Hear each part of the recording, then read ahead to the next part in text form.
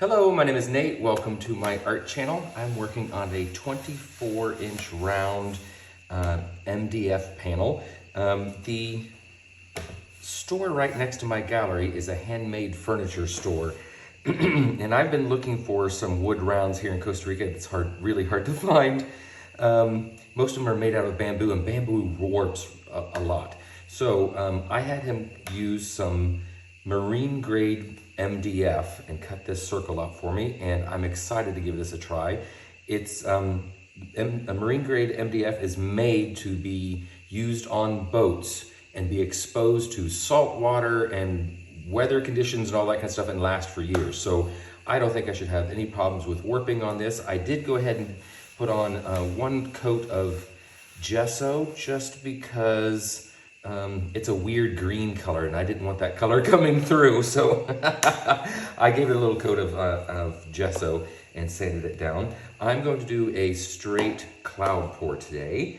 I'm hoping for clouds. I'm using Vallejo Pearl Medium mixed with titanium white and Floetrol. So equal parts Vallejo Pearl Medium and Floetrol for the pouring medium, and then I mixed in 3 parts of that pouring medium to 1 part paint, which was the titanium white.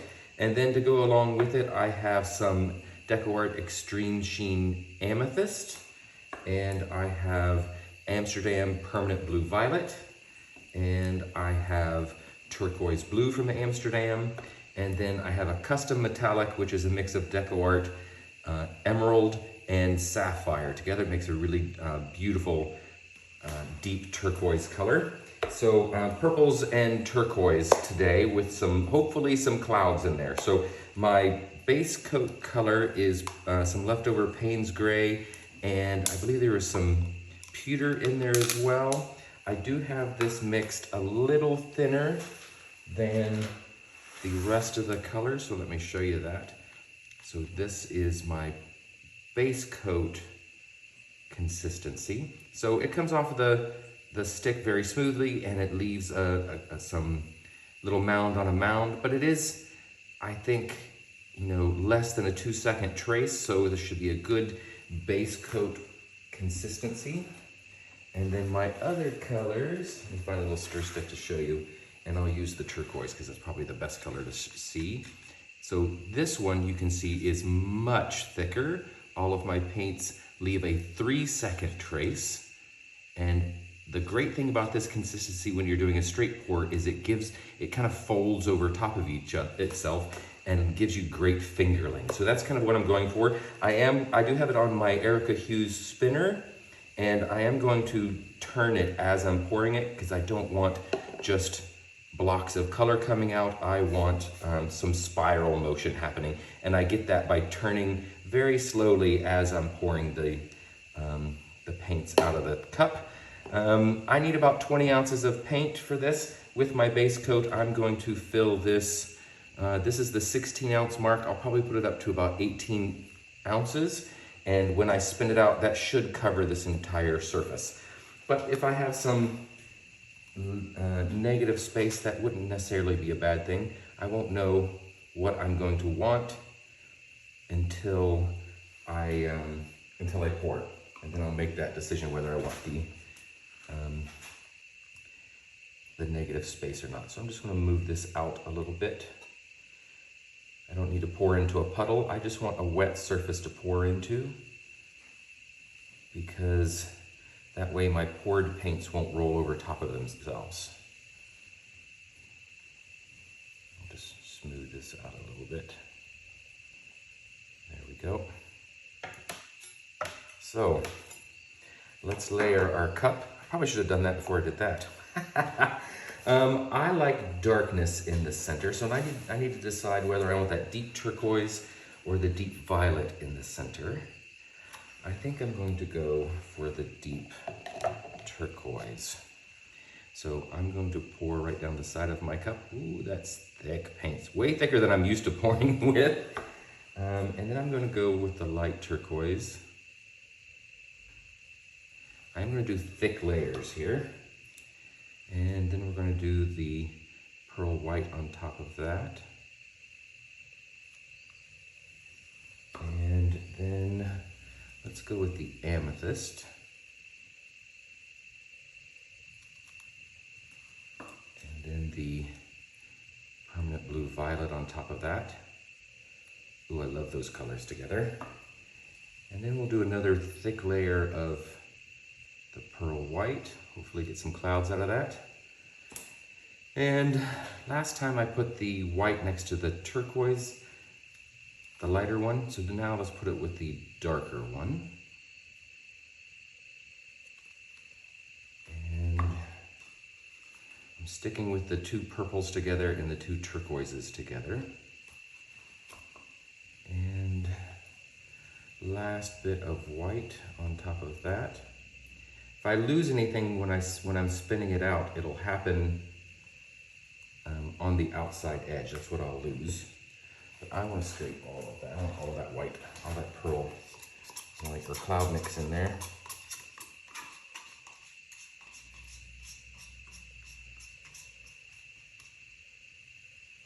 There we go. And let's do the permanent blue violet.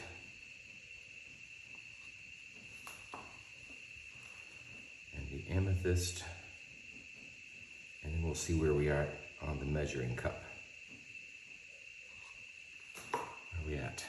Right at 16 ounces. So I am going to put in more of the turquoise. And then I'll finish off with the deep turquoise. There we go, nice full cup.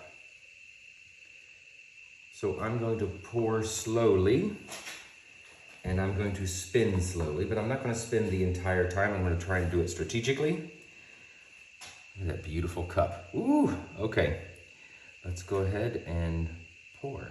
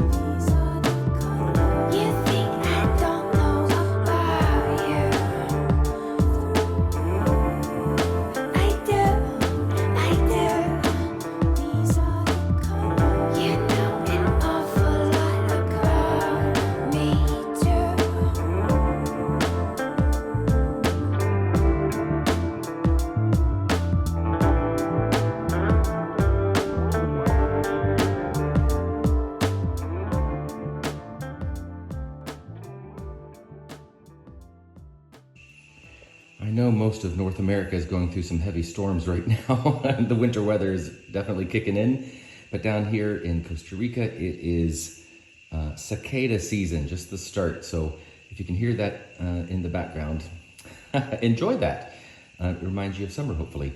I love this pour. I love this color combination. Turquoise and purple always do it for me. I love this darkness in the center.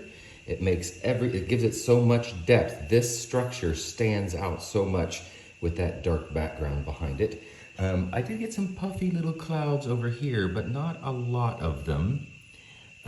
There is some underneath this metallic turquoise, so I'm hoping some of those little pinprick white spots from popping the bubbles, maybe those will bring up some more. It'll continue to develop.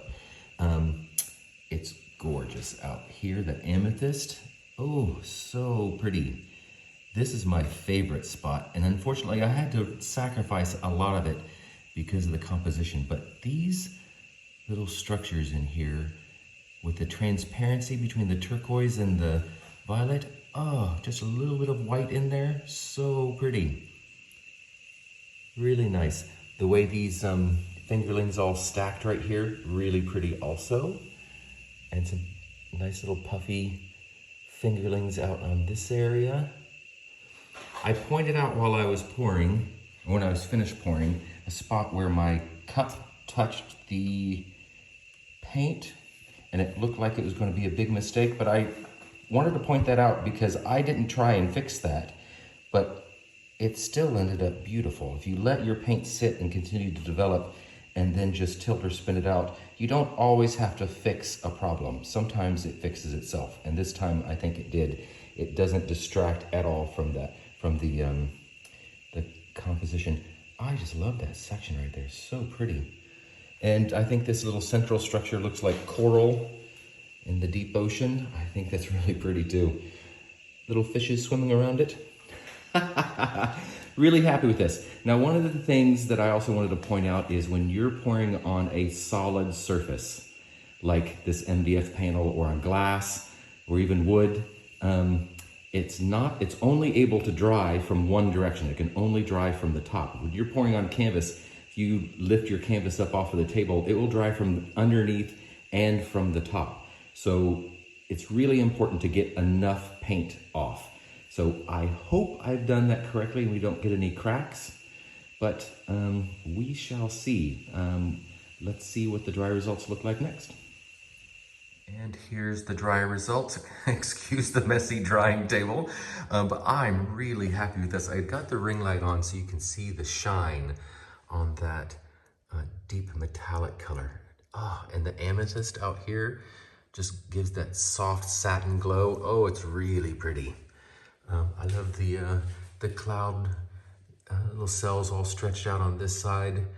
Beautiful stacked fingerlings. That cloudy, puffy look right here on all the edges. So pretty. I love these little pearl cells popped up in the turquoise there as it was developing. I don't think that was there when I left it. Yeah, and this central structure, it looks like coral. It's so pretty. I love that. So this was the titanium white and Vallejo pearl mix.